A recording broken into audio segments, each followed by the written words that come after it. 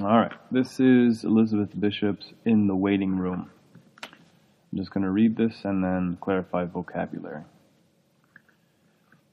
In Worcester, Massachusetts, I went with Aunt Consuelo to keep her dentist appointment and sat and waited for her in the dentist's waiting room. It was winter. It got dark early. The waiting room was full of grown-up people, arctics and overcoats, lamps and magazines. My aunt was inside what seemed like a long time. And while I waited, I read the National Geographic. I could read. And carefully studied the photographs. The inside of a volcano, black and full of ashes. Then it was spilling over in rivulets of fire. Osa and Martin Johnson dressed in riding breeches, laced boots, and pith helmets. A dead man slung on a pole. Long pig, the caption said. Babies with pointed heads wound round and round with string. Black naked women with necks wound round and round with wire, like the necks of light bulbs. The breasts were horrifying. I read it straight through. I was too shy to stop. And then I looked at the cover, the yellow margins, the date. Suddenly from inside came an "oh" of pain. Aunt Consuelo's voice, not very loud or long. I wasn't all surprised. Even then I knew she was a foolish, timid woman. I might have been embarrassed, but wasn't.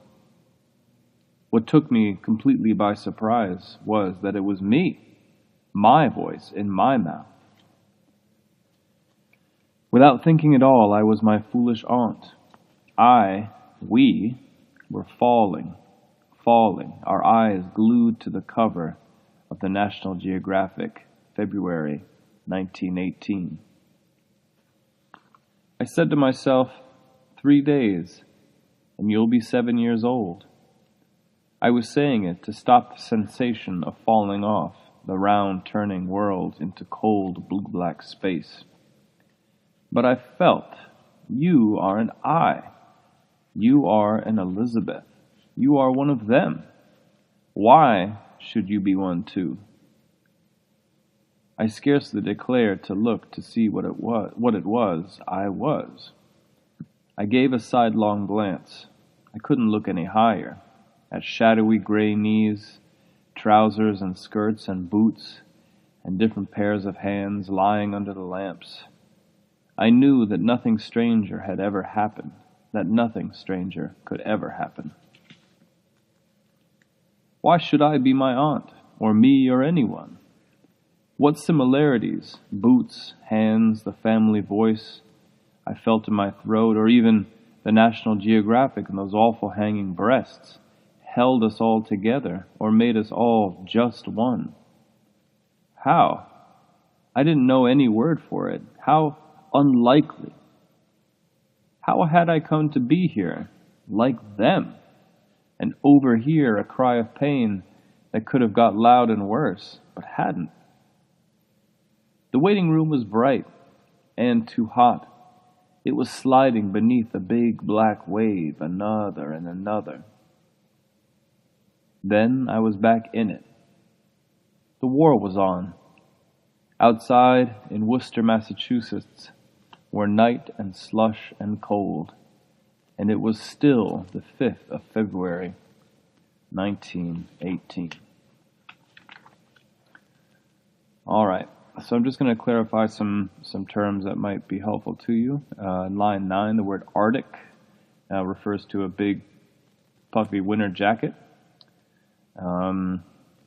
Moving on, the National Geographic, I'm not sure whether you all are familiar with it. It's a magazine with a famous yellow border that has been published for many decades, and it tends to, as the name suggests, feature articles about the world outside of the United States. And they're known for their photography and especially photography of places far and wide.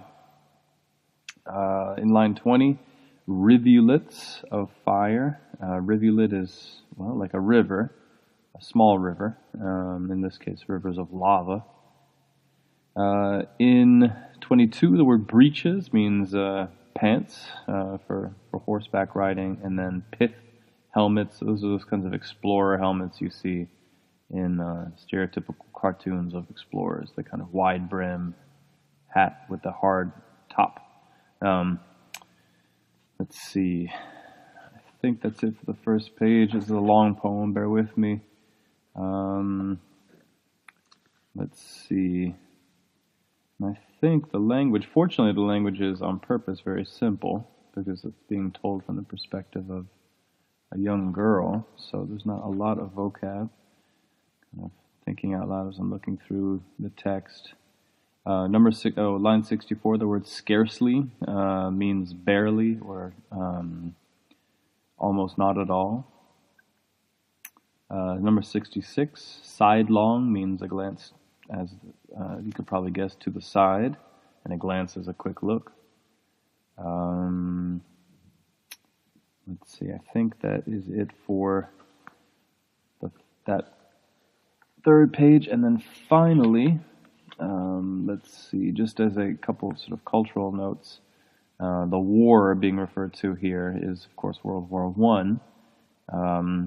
And I think that is all we need to know, just in terms of vocab and clarifications. Stay tuned for the analysis.